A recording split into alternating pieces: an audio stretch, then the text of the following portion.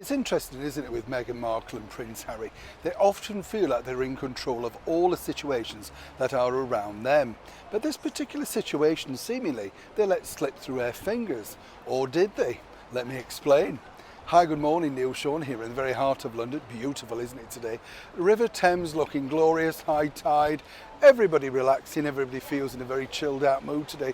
I don't know what it is, I don't know what it's like, whatever you're doing or in your part of the world, but we're having a nice tranquil summer so far. I have to say though that we've got a summer of strikes also, so if you are coming over to the United Kingdom, do check that out because national rail strikes, we've now just been announced another London tube strike, so it's all going on. All great fun, obviously.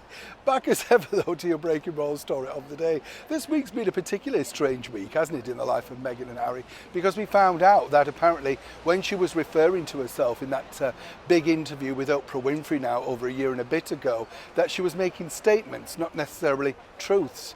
I know, it's incredible, isn't it, when you think about it with Harry and Meghan, because if you recall, they made a statement, didn't they, about that book where they claimed that they didn't give anybody any assistance. You know the book I'm talking about? You can now pick it up in your Poundlands and dollar shops and stuff like that. Well, they, emphatically, even their lawyer went on record, said, no, they never assisted or helped or anything. And then, of course, their one-time personal assistant, Jason North, decided that actually they did help. And then Meghan decided to remember and tell the court. You remember that?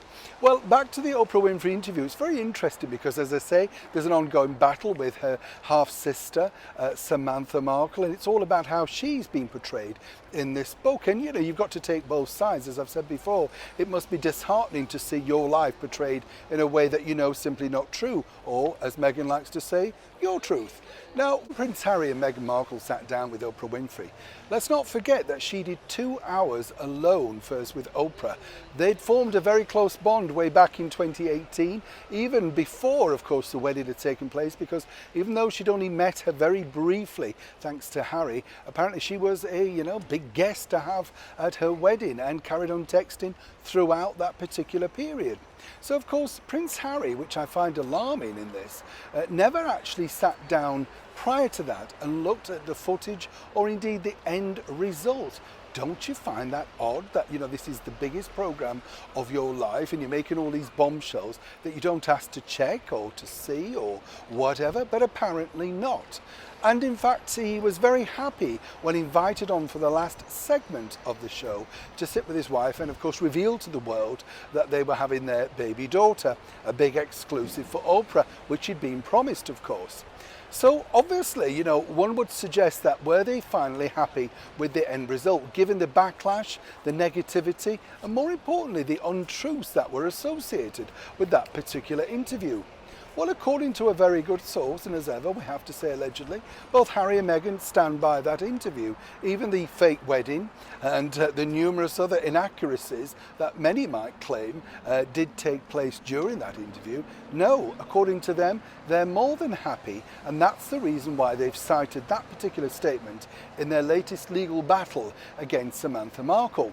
Now, I don't know about you, but I think the lawyers are making it worse, because rather than saying, actually, it's not true or it is a truth, then seemingly, they're basically saying this is kind of fantasy that Meghan came up with, her own version of events. So perhaps, if you think about it, Oprah Winfrey was right. It's your truth. Maybe she was shrewder than we first thought. But here's a footnote from Oprah Winfrey's camp.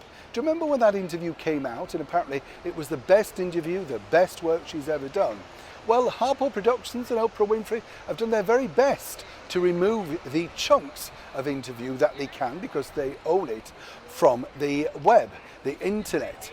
Now, is that because they own it and they're thinking about re-showing it? No. According to a very good source, and as ever, we have to say allegedly, it appears, get this, that Oprah Winfrey is now not considering this to be her very best work.